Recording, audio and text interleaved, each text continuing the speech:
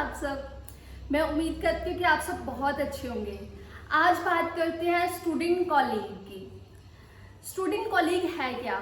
हमारे इंडिया में जैसे हम +2 के बाद यूनिवर्सिटी में एडमिशन ले सकते हैं, बट यहाँ यूरोप में ऐसा नहीं है। आपको 13 तक स्टडी करनी होती है, then you can apply for the bachelor in the university.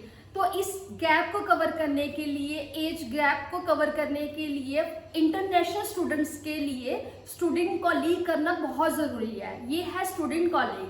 Student colleague में एडमिशन लेने के लिए क्या क्या रिक्वायरमेंट्स हैं? जैसे आप इंडिया से अप्लाई करते हो तो आपने +2 करी, आपके पास +2 में अच्छे ग्रेड्स वाला जो सर्टिफिकेट मिल गया आपको, जब आपका रिजल्ट आया वो होगा, प्लस आपको जर्मन लैंग्वेज का कोर्स करना है। A1 A2 सर्टिफिकेट होना चाहिए जर्मन लैंग्वेज में आपके पास।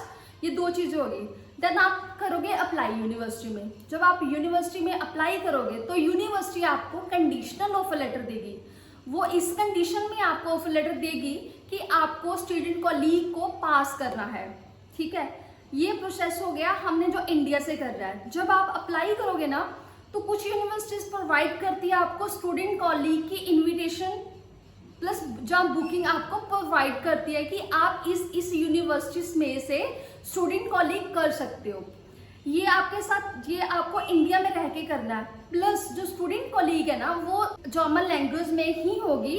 उसके लिए आपको जर्मन लैंग्वेज में अप्लाई करना है और आपके पास वो ऑफर लेटर होना चाहिए। वो आप अप्लाई कर सकते हो DAAD.D से आप अप्लाई कर सकते हो।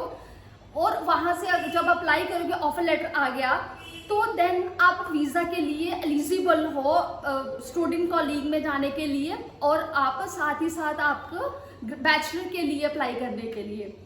ये हमने इंडिया से करना है। जब हम इंडिया से चले गए जर्मनी में, अब नेक्स्ट स्टेप आता है। अब हम आगे जर्मनी, यहाँ पे हमने फर्स्ट स्टेप जो है जर्मन लैंग्वेज कोर्स कंप्लीट करना B1 B2 और C1 तक। और क्योंकि ये बहुत ज़रूरी है, हमारी स्टूडेंट कॉलीग जो है उसकी जो स्टडी है वो सिर्फ और सिर्फ जर्मन लैंग्वेज में होगी।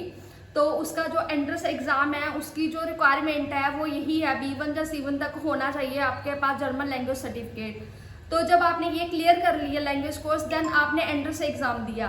मैं आपको रिकमेंड करती हूँ कि एक से ज़्यादा स्टूडेंट कॉलेज के एंट्रेंस एग्ज़ाम के लिए अप्लाई करो, सो डैट अगर आपका एक में नहीं भी होता है तो आपके पास बाकी चांसेस हैं कि आप बाकी जगह एंट्रेंस एग्ज़ाम दे के क्लियर कर सकते हैं और स्टूडेंट कॉलीग अपनी कंप्लीट कर सकते हैं।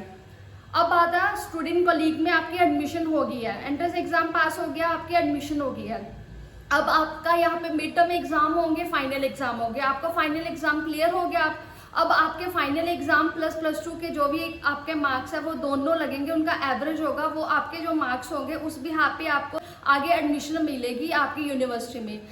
अगर आपने किसी और यूनिवर्सिटी में भी अप्लाई करना तो आप कर सकते हो, कोई कोर्स चेंज करना चाहते हो तो भी आप कर सकते हो। ये सारा प्रोसेस था कि स्टूडेंट कॉलीग क्या है, मतलब क्या रिक्वायरमेंट्स है, क्या क्या स्टेप्स है। नेक्स्ट आता है कि टाइप्स ऑफ स्टूडेंट कॉलीग। सबसे पहले आपने studentcolleague.de में जाना है। ये वेबसाइट जो है ये ऑफिशियल है, आप यहाँ जाके सारा कुछ देख सकते हो कि क्या है स्टूडेंट कॉलीग और उसकी क्या रिक्वायरमेंट्स है, क्या कोस्ट है, एप्लीकेशन प्रोसेस क्या है, ये सारा डिटेल में दिया हुआ है। आप इसमें जाके आप डिटेल में नॉलेज ले सकते हैं और अप्लाई कर सकते हैं। अब बात आती है टाइप्स की। अगर आप स्टूडेंट कॉलीग यूनिवर्सिटी से करते हो तो आपका ये चांसेस रहते हैं कि आप यूनिवर्सिटी में भी अपने बैचलर कंटिन्यू कर सकते हो और यूनिवर्सिटी ऑफ अप्लाइड साइंस में भी कर सकते हो। बट अगर आप student colleague university of applied science में करते हो तो आप यूनिवर्सिटी में अपनी बैचलर कंटिन्यू नहीं कर सकते हो। नेक्स्ट आता है, ये 2 तरह की होती है, 2 टाइप्स की होती है, प्राइवेट होती है, पब्लिक होती है। पब्लिक में क्या होता है कि आपकी फीस नहीं होती है, ट्यूशन फीस नहीं होती है, आपकी सेमेस्टर फीस होती है वो 100 से लेके 400 यूरो तक होती है। और जो प्राइवेट होती है, प्राइवेट में होता है खर्चा 3000 से लेके 8000 यूरो तक होता है। इसके अलावा आपका हेल्थ इंश्योरेंस है, आपका अकोमोडेशन का है, आपके क्लॉथ्स का है, बहुत सारे खर्चे हैं। और एक और चीज़ मैं आपको बताना चाहती हूँ कि इस दौरान आप लीगली काम नहीं कर सकते हो। कईयों को कंफर्मेशन, वीज़ा कंफर्मेशन जब आती है, कईयों को लिखा होता है कि आप काम कर सकते हो, कईयों को लिखा होता है कि आप नहीं कर सकते हो, कईयों के कुछ नहीं लिखा होता, तो डिपेंड करता है ये। सो मैं रिकमेंड करती हूँ कि आप आपके पास 1 ईयर के लिए सफिशेंट मनी होनी ही चाहिए, सो डैट कि आप आराम से पढ़ सको और अपनी एडमिशन ले सको बैचलर के लिए। स्टूडेंट कोलीग, अगर आप यूनिवर्सिटी से करते हो तो एम कोर्स है, वो मेडिकल और बायोलॉजिकल फार्मास्यूटिकल कोर्सेज है। टी कोर्स में मैथमेटिकल साइंटिफिक टेक्निकल कोर्स आता है। डब्ल्यू कोर्स में बिजनेस सोशल साइंस कोर्सेज आता है। जी कोर्स में humanities course, German studies. S course में लैंग्वेज स्टडीज होती है। अगर आप यूनिवर्सिटी ऑफ अप्लाइड साइंस से में अप्लाई कर रहे हो तो टीआई कोर्स होता है, डब्ल्यू कोर्स होता है, जीडी कोर्स होता है, डब्ल्यू कोर्स होता है। उसके अंडर जो कोर्स आते हैं वो आप पढ़ लेना। ये सारे कोर्सेज जो है वो प्रोवाइड करता है स्टूडेंट कॉलीग। अब आता है कॉलेजेस, आप कैसे अप्लाई कर सकते हो। देखो, ये मैंने पहले वाली जो खोला, मैंने इसे जर्मनी में किया।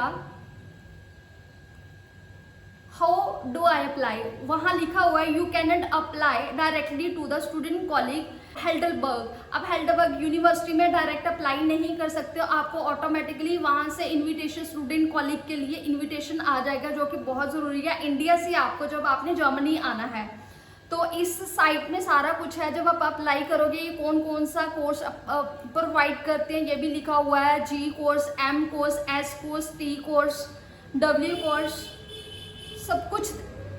सब कुछ गिवन है। तो जब भी आप अप्लाई करोगे, तो अप्लाई करने से पहले जब भी आप अप्लाई करोगे, वेबसाइट से गो थ्रू हो जाना कि सो डैट आपको नॉलेज मिल जाए कि क्या है सब कुछ इसमें।